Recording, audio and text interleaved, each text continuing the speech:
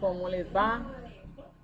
Vamos a mirar una de las, digamos, de los grandes legados que debemos mirar de las civilizaciones antiguas y de manera especial de Grecia y Roma.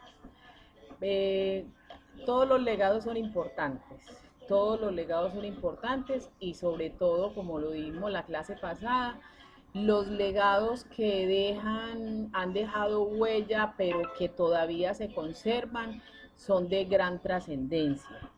En el día de hoy vamos a hablar sobre el legado de la democracia. La democracia como tal es un gran legado porque precisamente deja una huella importante en la parte política y en la parte social de nuestro país.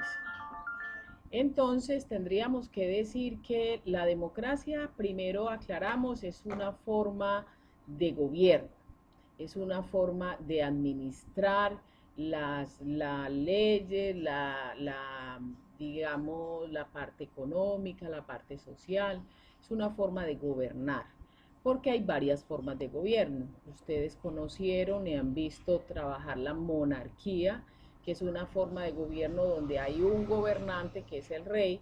También vieron los imperios, que es una forma de gobierno donde hay un emperador que se hace dueño de varias provincias o de varios lugares.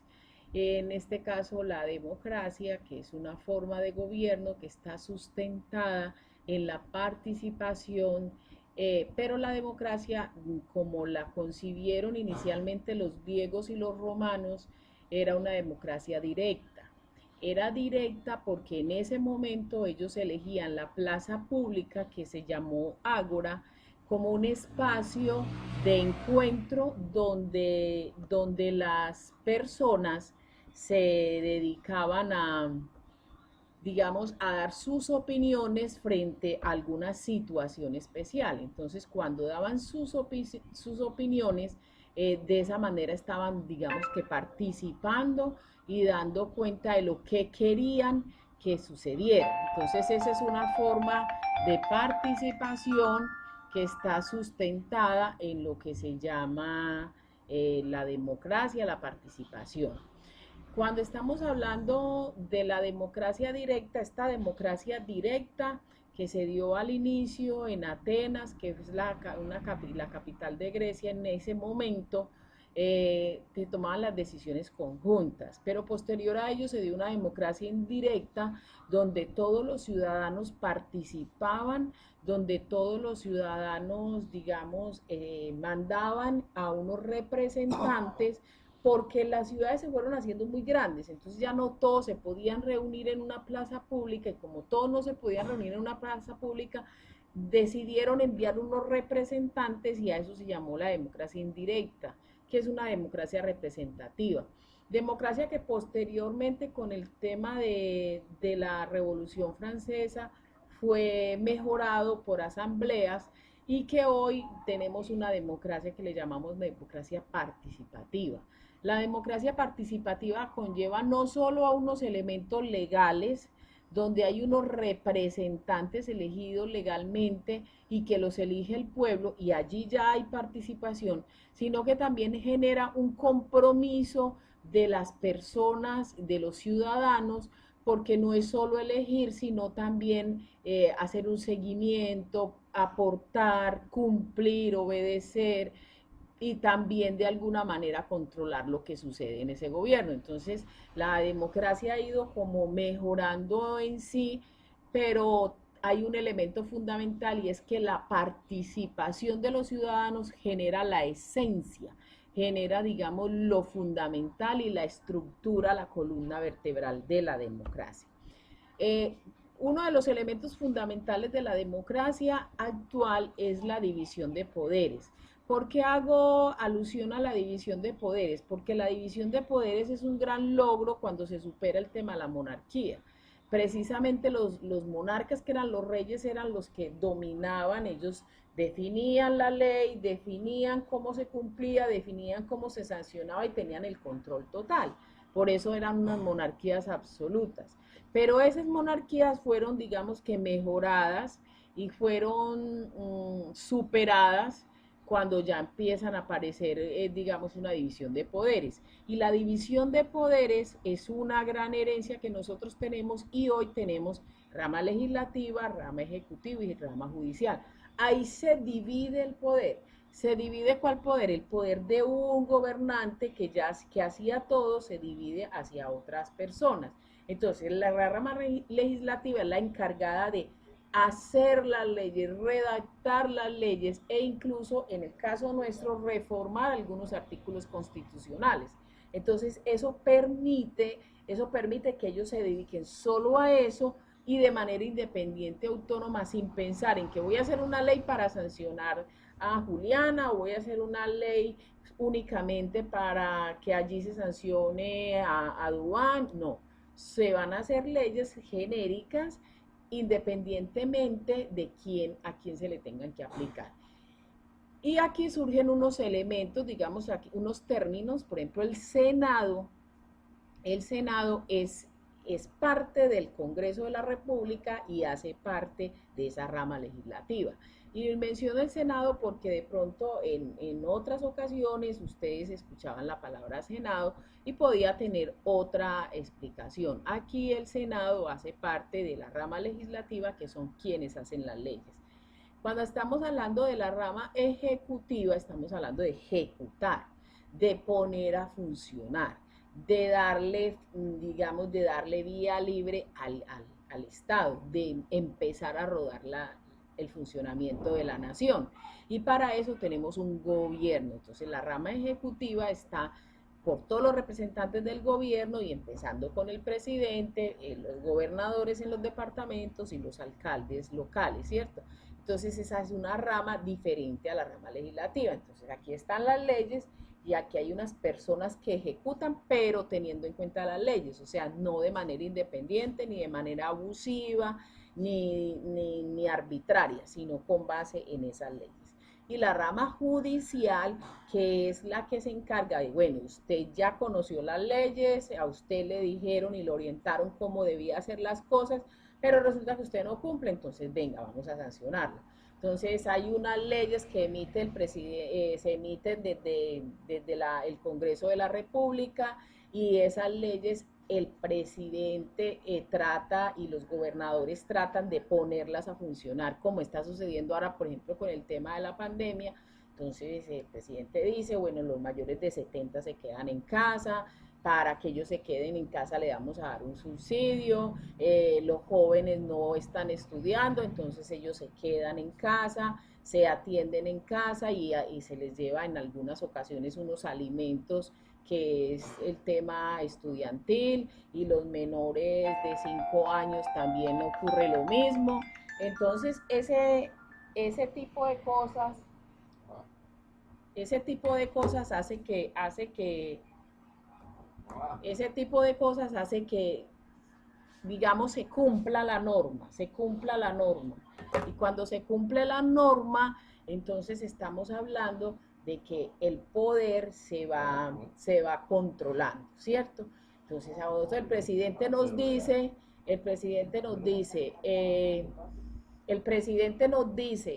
aquí está la norma, vamos a cumplirla de esta manera y las personas, entonces tenemos que cumplirla. Y si alguno de nosotros no la cumple, pues efectivamente a nosotros nos van a sancionar. Ese es uno de los elementos fundamentales que hay que tener en cuenta. Entonces, la rama, se dice la norma, la rama ejecutiva trata de cumplir y de decirnos cómo lo vamos a hacer, el presidente trata de decirnos cómo lo vamos a hacer y posteriormente si no lo cumplimos, entonces la rama judicial nos sanciona. Aquí están las ramas del poder distribuidas a nivel nacional. Entonces, está la rama legislativa, está el Congreso a nivel nacional, está la Asamblea Departamental y el Consejo a nivel municipal. Esa rama legislativa que es la que se, digamos, define leyes y aparte de eso define el presupuesto de la nación, está dada a nivel nacional, a nivel departamental y a nivel municipal. Entonces, a nivel nacional tenemos un Congreso que es quien da las leyes, pero también mira cuál es el tema del presupuesto para la nación.